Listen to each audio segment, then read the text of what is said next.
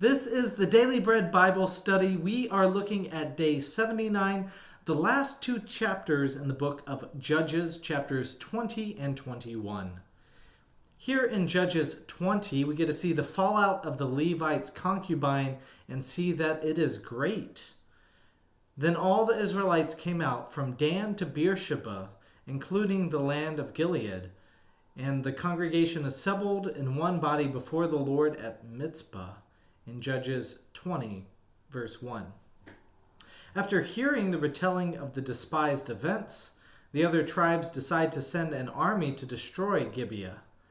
Instead of going all together, they cast lots to determine, quote, the troops who are going to repay Gibeah of Benjamin for all the disgrace they have done in Israel. When the tribe of Benjamin is confronted, they refuse to cooperate and hand over the perpetrators of Gibeah. Instead, the small tribe gathers its own army to fight the other tribes of Israel. Now the Israelites again consult God at Bethel, instructing the tribe of Judah to lead the charge. This is notable because the tribe of Judah will inherit the important city of Jerusalem from their kinsfolk, the Benjaminites. In Judges 20, verse 20, the Israelites went out to battle against Benjamin, and the Israelites drew up the battle line against them at Gibeah. Many are lost in the fight on the first day, so the 11 tribes again consult God about fighting the Benjaminites, and the Lord said, "Go up against them," in Judges 20, verse 23. After another day to weep over their losses, the 11 tribes again asked God what to do. And the Lord answered, "Go up, for tomorrow I will give them into your hand." So Israel stationed men in ambush around Gibeah. The tribe of Benjamin had valiant fighters, yet they became arrogant and tried not only to defend, but pursue attacking their kinsfolk in a similar matter to the Battle of Jericho. Now, in doing so, the Lord then gave the small tribe into the hands of the 11 united tribes. The Lord defeated Benjamin before Israel, as it says in verse 35. And picking it up in verse 46, so all who fell that day of Benjamin were 25,000 arm-bearing men, all of them courageous fighters. But 600 turned and fled toward the wilderness to the rock of Rimmon, and remained at the rock of Rimmon for 4 months. Meanwhile, the Israelites turned back against the Benjaminites and put them to the sword, the city, the people, the animals, and all that remained. And also the remaining towns they set on fire. So the Benjaminites get decimated. In Judges 21, the fallout of the battle is that the tribe of Benjamin is decimated. And the rest of the 11 tribes feel guilt.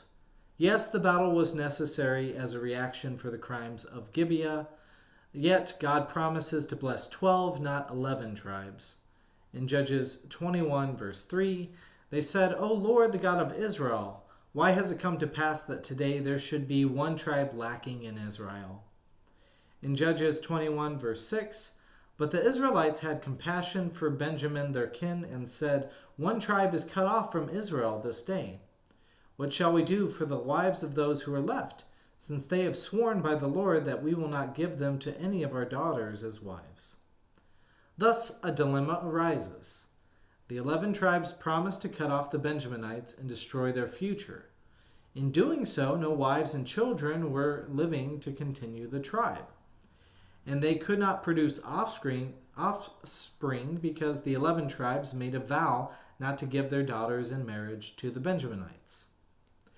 The answer arises in a strange way. Upon asking the groups of Israel which groups of Israel did not answer the summons to fight, they find that the inhabitants of Jabesh Gilead did not come.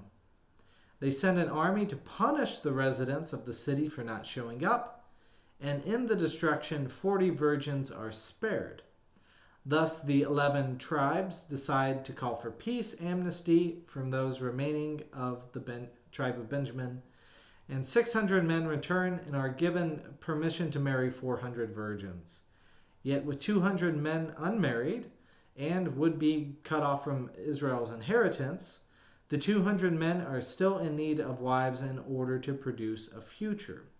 In Judges 21, verse 16, so the elders of the congregation said, what shall we do for the wives of those who are left, since there are no women left in Benjamin?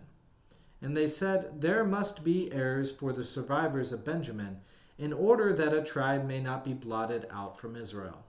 Yet we cannot give any of our daughters to them as wives. So the plan they come up with is pretty questionable. And they instructed the Benjaminites, saying, go and lie in wait in the vineyards and watch. When the young women of Shiloh come out to dance in the dances, then come out of the vineyards, and each of you carry off a wife for himself from the young women of Shiloh, and go to the land of Benjamin. So in summary, the 11 tribes do much to address the internal conflicts in their beliefs. They want to formally uphold promises made before God. They want to be generous towards the remnant of Benjamin. And they are willing to partake in questionable activities as long as they fulfill all righteousness before the community, even more than fulfilling all righteousness before God. Idolatry is still a big yet more secretive issue in this community. Here we are at the end of the book of Judges, and the community seems in need of clear authority to govern their actions. The time of Judges shows how strong leaders could be raised up by God to lead, yet their impact was more regional than national. The writer of Judges again mentions a proposed solution, a king like other nations. In Judges 21, verse 25, in those days there was no king in Israel. All the people did what was right in their own eyes. As we will see in other books, having a king will not stop human sin, even as it brings numerous other benefits. And that's where we leave off the book of Judges, looking forward to the time of kings. Thank you for getting us through the book of Judges. We will look at a more life-giving book next time, the book of Ruth.